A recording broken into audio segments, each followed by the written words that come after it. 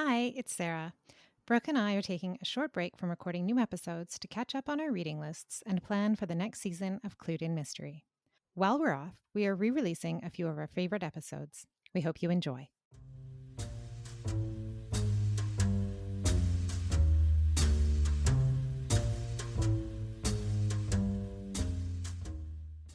Welcome to Clued in Mystery. I'm Sarah. And I'm Brooke, and we both love mystery. Hi, Brooke. Sarah, it is so good to be talking with you again. The highlight of my week. Exactly. We have a really fun topic today. We're returning to our little mini series we're doing on Agatha Christie's lesser known sleuths. And today we're going to talk about Harley Quin. So I'll start us off with some background.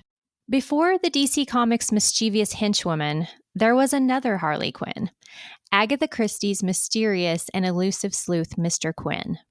Now, to be fair, both of them owe their origins to the Harlequins of the Commedia dell'arte, an early form of professional theater that originated in Italy. These traveling acting troupes were popular throughout Europe between the 16th and 18th centuries, and one recurring character in the plays was the Harlequin, what we might think of as the court jester. He wore a dark mask and bright diamond-patterned clothing. He was originally the clown or fool in the dramas, but by the 18th century, Harlequins had evolved into these romantic heroes. And this connects really well to Christie's character, where love or affairs of the heart are at the core of most of his mysteries. In fact, I would say love and death are the themes that the stories portray. Agatha's Harley Quin is almost magical, often suddenly appearing to his friend Mr. Satterthwaite in a flash of light or in a scene with really bright colors. In each story, Quin assists Mr. Satterthwaite by guiding him to the solutions of a crime. Like a kind teacher, he inspires Satterthwaite to trust his instincts and keen observations. But as each story unfolds, Mr. Quin's physical form becomes more and more unclear until we question whether he exists at all or is simply a hidden part of Satterthwaite's personality. The New York Times book review from May 4th, 1930, when the first anthology came out, started by saying, "To call the tales in this collection detective stories would be misleading, for though all of them deal with mystery and some of them with crime, they are nevertheless more like fairy tales." And when I read a few of these, I also went back and forth as to whether Quin was really there or just in Mr. Satterthwaite's imagination. And I would need to do a deeper review to remember, did anyone else see Mr. Quin, or is it just Mr. Satterthwaite who's always referring to him? This made me think, did Agatha beat Chuck Palahniuk to the punch by creating this character with an imaginary alter ego pulling the strings? Dame Agatha wrote a total of 14 short stories featuring Harley Quin. Most of them were published in magazines before being compiled into that anthology in 1930 titled The Mysterious Mr. Quin. According to her autobiography, Quin and Satterthwaite were her favorite characters, and she only wrote stories featuring them when she felt like it. The short story, The Coming of Mr. Quin, became a silent film retitled The Passing of Mr. Quin in 1928. So very early. It starred Stuart Rome, but Christie was never really satisfied with the portrayal of her beloved character, and since then, no other screen adaptations have ever been made. The stories are available on audiobook, and Hugh Fraser, known for his role as Hastings in the Poirot TV series, voices several of them, and I found them to be very good. And then in 2015, a brand new digital app titled Mr. Quin was created by the Agatha Christie Limited Company, and it features the two beloved characters. There's an interesting crossover. Mr. Satterthwaite appears in the Poirot novel 3-Act Tragedy, where the plot involves the theater.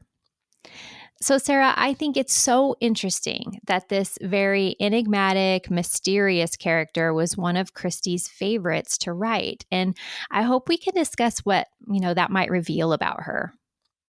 Well, before we do that, Brooke, thank you for such a great overview of Mr. Quin and his companion or his colleague, Mr. Satterthwaite. I read as well, doing a little bit of research before we spoke today, that Agatha Christie really enjoyed writing these characters, and you can kind of tell that in the stories. And there's definitely that kind of supernatural element. I think at least one of the stories features a seance. Mm-hmm. Um, and, we know that that is something that she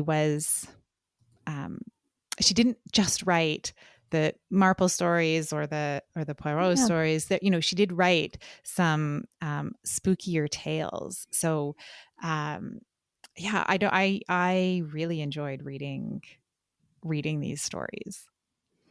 I did too. I was so struck by, and as you just said, we've mentioned before that she does it all in the world of mystery. She writes thrillers, she writes what you might consider cozies, romantic suspense, some action adventure with mysterious elements. I mean, she really covers the gamut. But this is the first time that I think I've picked up one of her stories and was surprised that she had written it because it felt so different Mm. than her other work. And I think it's what you said, that you can tell that she had maybe a different relationship with these characters. She does a lot more than I have seen in anything I've read. And again, I have not read all of Agatha Christie's work, but I feel like in these stories, she goes on, for lack of a better word, more tangents, like more like thoughtful Mm-hmm. commentary about the world, about art, about, kind of her thoughts. One of them I read, which was the Harlequin tea set, is written much later, like in 1971, I think. And she talks a lot about, or rather, Satterthwaite talks a lot about aging and memory and the way things get cloudy and trying to recall the way situations unfolded, correctly. And I just feel like we get a lot of insight into maybe Agatha's world. Yeah. So I really liked what you read from the New York Times review, where they were referred to as fairy tales. Mm-hmm. And, I remember I think one of the first conversations that we had about Agatha Christie and how she had all of these imaginary friends that kept her company. And, so I wonder if there's some relationship between that imaginary world that she lived in and these stories in particular. Oh, I had not put that together. I forgot about her group of imaginary friends. That is lovely, and I think that ties in really well. You're getting my imagination going, Sarah. Because one thing I think, I alluded to, Fight Club or whatever, because we don't know how real Mr. Quin is. He kind of goes in and out of being an actual physical person and just being the Jiminy Cricket, so to speak, sitting on Satterthwaite's shoulder. Um, and I think I came away from it feeling like maybe Agatha was using him as a way to describe the muse. He visits and he solves, or she, the muse visits and solves problems and gives story answers. They're mysterious. You don't always know when they're going to show up. And they bring everything together, sort of like Mr. Quin did for Satterthwaite. And then, they're gone again. And that ties in so nicely with the idea of these imaginary friends that I think we know authors have these different characters, so to speak, that kind of live with them. And I just think that there's a much deeper conversation with this group of stories than maybe any of the other ones that we've talked about with Agatha. Yeah, I think you're probably right, Brooke. I had the same thought as I was reading the stories, because I didn't do any research uh, into them until after I'd read them. And it was towards the end of one of the last stories that I read where I was like, is, is Harley Quinn even real? Yes, me Right? too. Like at the beginning, I didn't have that sense because I think in that first story, I think he is seen by other people. You raised that question in your introduction, right? Because he knocks on the door of this house. It's New Mm, Year's Eve or around Christmas time, I think, and he says his driver is repairing the car. Can he come in and sit? And that's when he tells this story, right? Of I think they're one of the previous owners of the home, if I'm remembering that correctly. So in that one, he's interacting with other people, but I'm not. I think you might be right. If we looked back at the other ones, he may not interact with anybody else except for Mr. Satterthwaite. yeah. Yeah, it's very mysterious. And that's where I felt like, wow, this is so different than anything else that she's written. I thought it was really fun that she only wrote these when she felt like it. She was certainly under contractual obligation for probably a certain number of Poirots or Miss Marples or whatever throughout her career. But she reserved these to only write when she had the muse visit her and felt so inclined. And I thought that was really special and a great thing for her to do because she was so prolific. And anybody who reaches her level of authorship, it definitely becomes a job, right? It was work and obligations to continue to write stories, but she saved these for her fun times and for her enjoyment. So one of the things that I really liked about these stories is Mr. Satterthwaite travels differently than some of Agatha Christie's other characters. In at least one of the stories, he goes and investigates, goes and speaks to somebody, actually comes to Canada to speak to somebody. And then he returns to the UK for kind of the rest of the story. And I don't remember, of the other Agatha Christie novels that I've read, I don't remember Poirot doing that. Like he's, if he's in Baghdad, he's in Baghdad, right? Like he doesn't go anywhere else.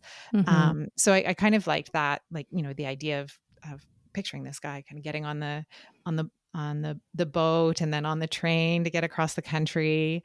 But he travels a lot. He's in Spain, Monte Carlo, Cannes, and Parker Pine traveled. Remember when we spoke about him? Like he did a bit of traveling, and Poirot obviously does some traveling. And I think that reflects Agatha Christie's life as well, right? Like we know she did a lot of traveling, but I just thought it was interesting that the way that Satterthwaite travels is a little bit different than in some of the other books. Yeah, you're right. I didn't pick up on that, but I don't think that I can think of any of your other stories where, except maybe Tommy and Tuppence, where they're on more of an action adventure and they're moving to different locations. But still, I believe that would just be within one country, probably. But yeah, that's a really unique point in these stories as well. And I think that Christie was so unique for being able to write in so many different locations because she did so much travel. That is just something that only I think she has because she did so much traveling and knew so much about so many different parts of the world. And at a time when most people didn't do a lot of traveling. Exactly. Yeah, that was super rare. And she was adventurous when she got there. We know that she liked to surf. Yeah. Another question that I had as I was reading these is, these are categorized as Harley Quinn being the sleuth, but he's not actually doing any of the legwork. It's all Mr. Satterthwaite. He's the one who's piecing things together. He's, gently nudged by Quinn, but I feel a bit bad for Satterthwaite because he doesn't get the credit. Yeah, you're right. Mr. Quinn is his mentor, maybe, but Satterthwaite does all the work. And to the point, we don't even know his first name. I don't believe he has a first name. He's only ever referred to as Mr. Satterthwaite. So, yeah. And again, it's like, what is she saying there? I just find this whole thing so fascinating, and there's so many layers you could pick apart. So that's a great point. What is she saying? So I liked how, and you mentioned this in the introduction, the kind of romantic element, matchmaking, if you will, and the detection. And she blends that in these, and you can kind of feel that romantic thread that I think she had herself. And so that was kind of nice. I think the stories were originally published in the 1920s, right? Most of Mm-hmm. them. And we know that was a rocky period for her in terms of her romantic life. So yeah, I wonder if there's anything that if we did a little bit more digging, we could learn about that way. Yeah, and it's different because we also mentioned this in the Parker Pine stories that he was solving love dilemmas as well, but it's very different. I feel Mm-hmm. like it's his dilemmas were solved in such a black and white, almost legal manner, and then these are written much more lyrically and romantic. And again, I find it hard to believe that the same person wrote both of them. I'm not questioning that. Of course she did. It just shows what a broad range she had of talent. Yeah, absolutely. As you say, the Parker Pine stories, there's definitely, he's fixing some romantic situations, but the tone of those, the feel of those is very different from these. Yeah, the tone of these is very different. And as you say, she's just got such a great range. Mm-hmm. So, Sarah, have you read the Poirot novel Three Act Tragedy where Mr. Satterthwaite appears? No, I haven't read that one yet, Brooke. How about you? No, I haven't either, but I love that it involves the theater, so she is drawing in that Harlequin theme, I guess, somehow. I'm anxious to see what role Mr. Satterthwaite plays in that story. And I also love that Christie did that, where she put different characters, and she doesn't do it a lot, but there's little bits here and there of characters doing crossovers in her worlds. And it just makes it feel like genuine. Absolutely. Yeah, no, I think that's such a neat thing, that she was doing that. And yeah, I'm definitely gonna track down the 3 act tragedy. Well, Sarah, this was a great conversation about another one of Agatha Christie's lesser known sleuths. I agree, Brooke. It's so fun to look into some of these other characters that we know that Christie wrote, but maybe haven't yet had a chance to read.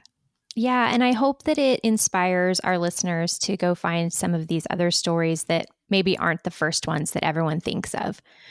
So, thank you all for joining us today on another episode of Clued in Mystery. I'm Brooke. And I'm Sarah, and we both love mystery. Clued in Mystery is produced by Brooke Peterson and Sarah M. Stephen. Music is by Shane Ivers at silvermansound.com. Visit us online at cluedinmystery.com or social media at Clued in Mystery. If you liked what you heard, please consider subscribing, leaving a review, or telling your friends.